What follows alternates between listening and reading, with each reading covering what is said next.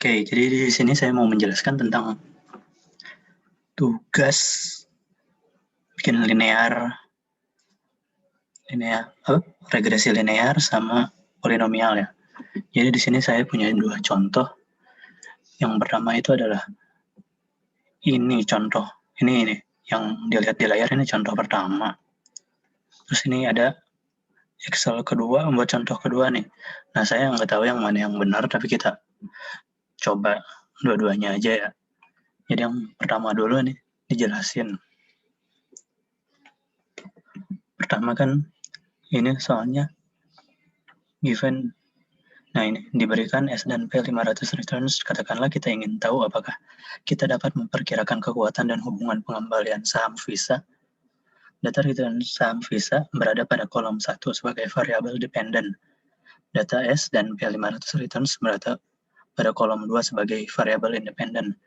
Nah, yang pertama kita masukin dulu data-datanya nih. Ini saya udah buat data saham dalam bentuk persen berarti ya. Seperti ini bentuknya. Ini datanya bisa bebas ya, apa aja. Masukin aja angka-angka. Nah, setelah dimasukin angka-angka ini, kita buat bentuk seperti ini.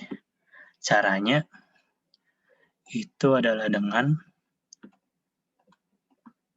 ini tuh di blok dulu segini.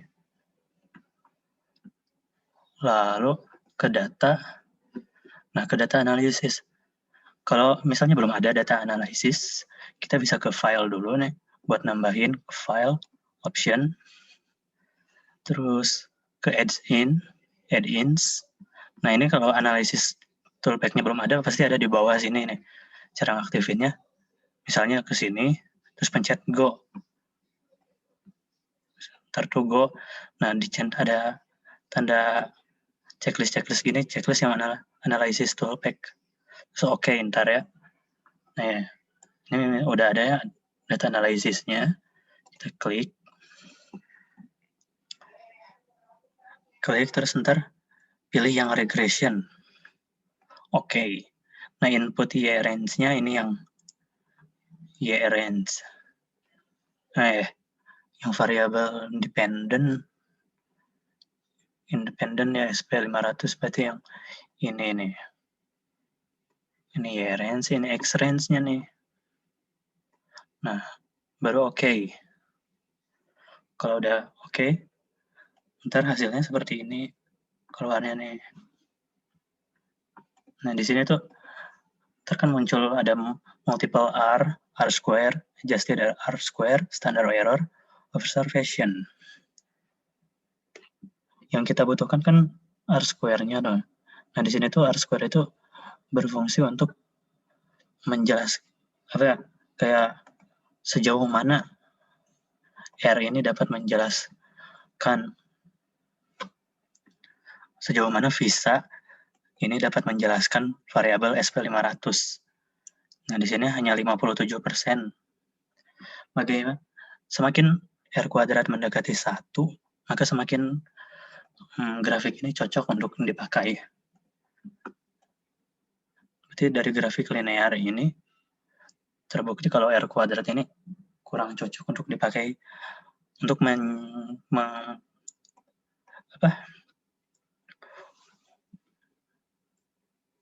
untuk menyelesaikan kasus ini. Bagaimana caranya? Kita bisa juga pakai grafik polinom. Seperti misalnya ini copy dulu. Ini kita cari mana yang lebih mendekati 1 ya. Di sini kita copy dulu. Paste. Kita membuat grafik linear ini menjadi polinom adalah dengan klik yang garis ini 2 kali. Nah, sampai muncul format trend line. Di sini kan ada banyak. Nah, ini yang tanda batang-batang ini. Di sini ada trend line option, ada linear, logarithmic, polinomial, moving average. Nah, kita pilih polinomial. Nah, di sini R kuadratnya jauh lebih besar sedikit ketimbang memakai kurva linear. Jadi di sini grafik polinomial order 2 ini jauh lebih dapat menjelaskan tentang data-data ini ketimbang linear. Ini kalau order 2, kalau misalnya order 3, order 4, order 5, order 6 jauh lebih tinggi lagi. Bahkan ini order 6 bisa menjelaskan grafik tersebut sampai ke 88%. Nah, jadi fungsi R kuadrat ini untuk menjelaskan seberapa jauh sebuah grafik itu bisa menjelaskan data seperti ini. Begitu. F dulu. Kemudian ini, nah ini ada contoh kedua nih.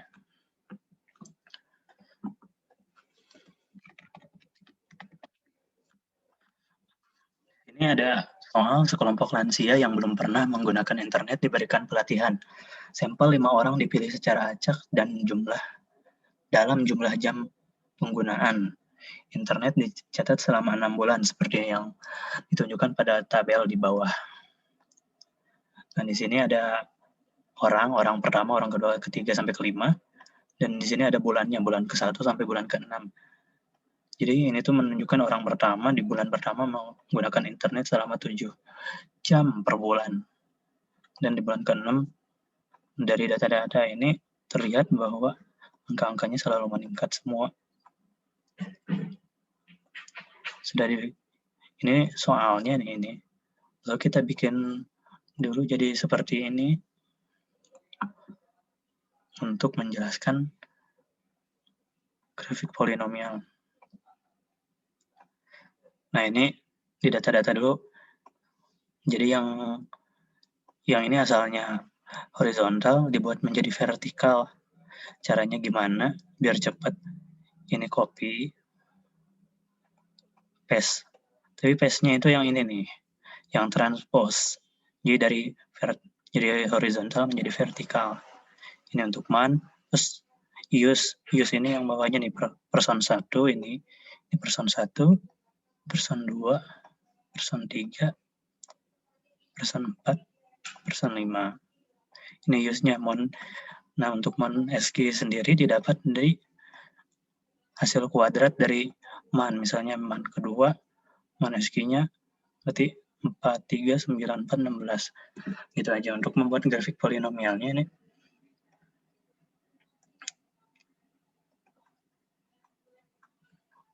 Fungsi ini tuh untuk membuat semacam data yang contoh linear tadi seperti ini. Nah, jadi ntar begini caranya sama kayak tadi, tapi ini tuh di bloknya 2 buat X-nya. Ya, regression. Nah, input Y range-nya itu yang use. Nah, input X range-nya jangan yang ini aja, tapi sama mon SQ-nya. Gitu, nanti oke. Hasilnya seperti ini. Nah, gitu. Ini ada penjelasannya, bisa di screenshot aja ntar. Lalu kemudian cara membuat grafik polinomial ini, yaitu dengan ini nih, kita bikin ngeblok dulu data yang mau diambil. Ini hours per month-nya harus selalu diblok ya. Terus ntar masing-masing personnya diblok per person. Ya, misalnya person 1 ini get alt, dan terus blok pas alt-nya. Nah, baru kita insert chart-nya yang ini nih, yang scatter. Yang tanda ini ya scatter, lalu yang paling atas ini. Nah, masukin. Ini buat person 1 kan ya. Ganti judulnya jadi person 1. Nah, ini.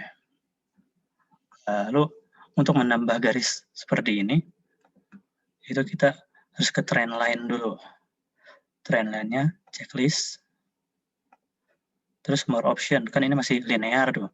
Bagaimana caranya biar polinomial, yaitu tadi ke more option, lalu ini ganti jadi polinomial. Oh ya, cara menambahkan rumus dan R kuadratnya yaitu di sini nih. Di sini kan ada 3 pilihan nih. Pencet yang equation. Equation itu berarti persamaannya. Nah, ini. Lalu kemudian ini R square on value. R square value on chart. Nah, buat R kuadratnya. Terus ini pilih yang polinomial. Nah, ini kan udah 1, berarti cocok banget nih. Ini yang tadi asalnya order 2 masih 99,7%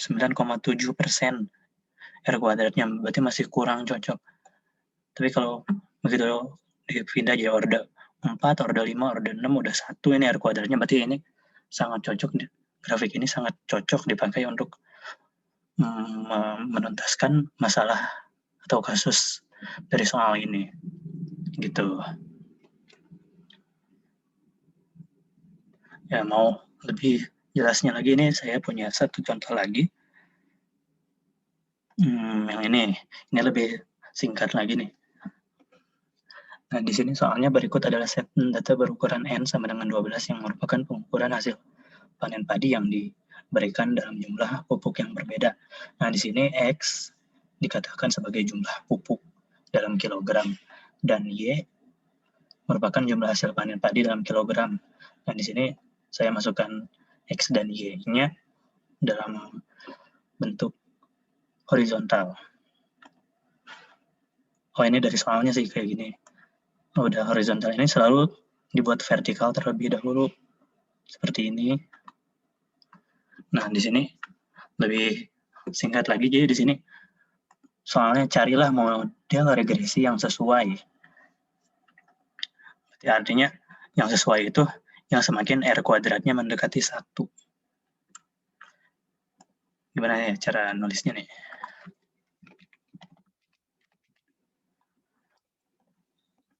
Semakin sesuai, semakin R kuadratnya mendekati angka 1. Jadi R kuadrat ini range-nya dari 0 sampai 1. Nah, kita bikin dulu model linear. Ini yang contoh pertama model linear. Caranya sama seperti tadi. Ini diblok dulu, terus insert, terus chartnya pilih yang scatter, yang paling atas. Nah, terus cara nambahin garisnya kayak tadi ya, trend line, terus more option. More option, ini udah linear kan, kita mau linear dulu, tapi ini tambahin persamaannya di sini. Display equation on chart sama display R square. Nah, ini untuk persamaannya. Untuk yang model linear ini kita lihat kalau kuadratnya ini 0,319 atau 31,98%.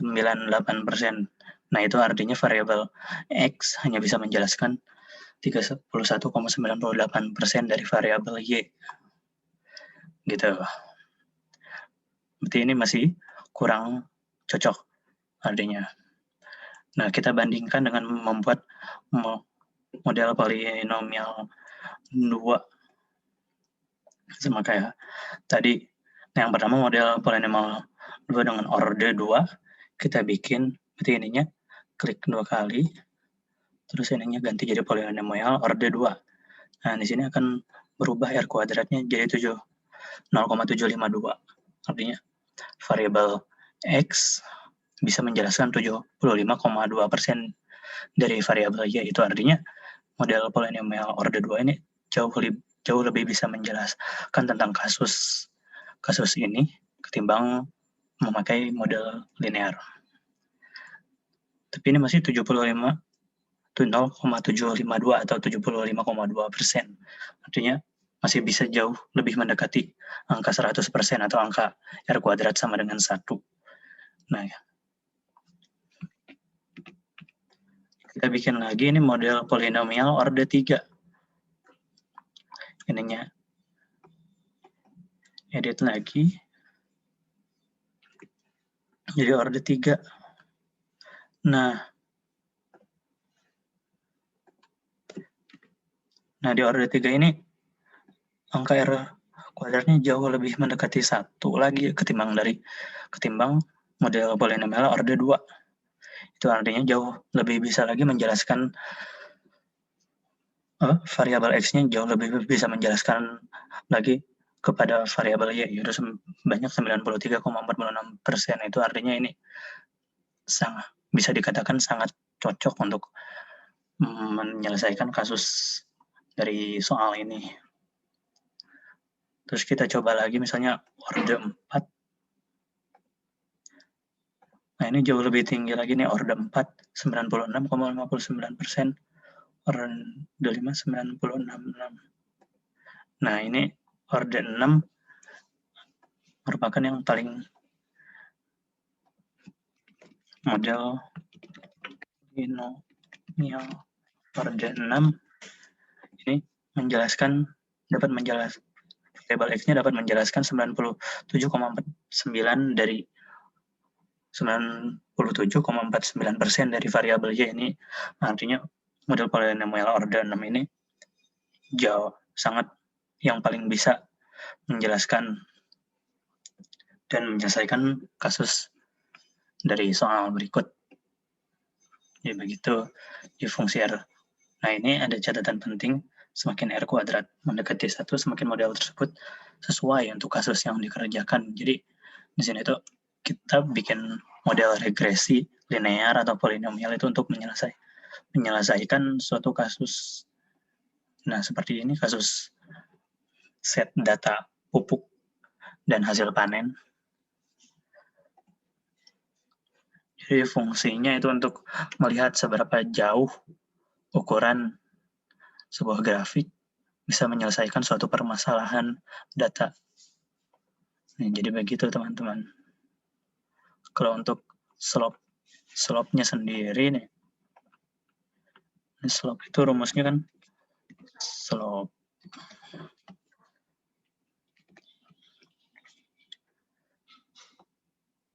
ini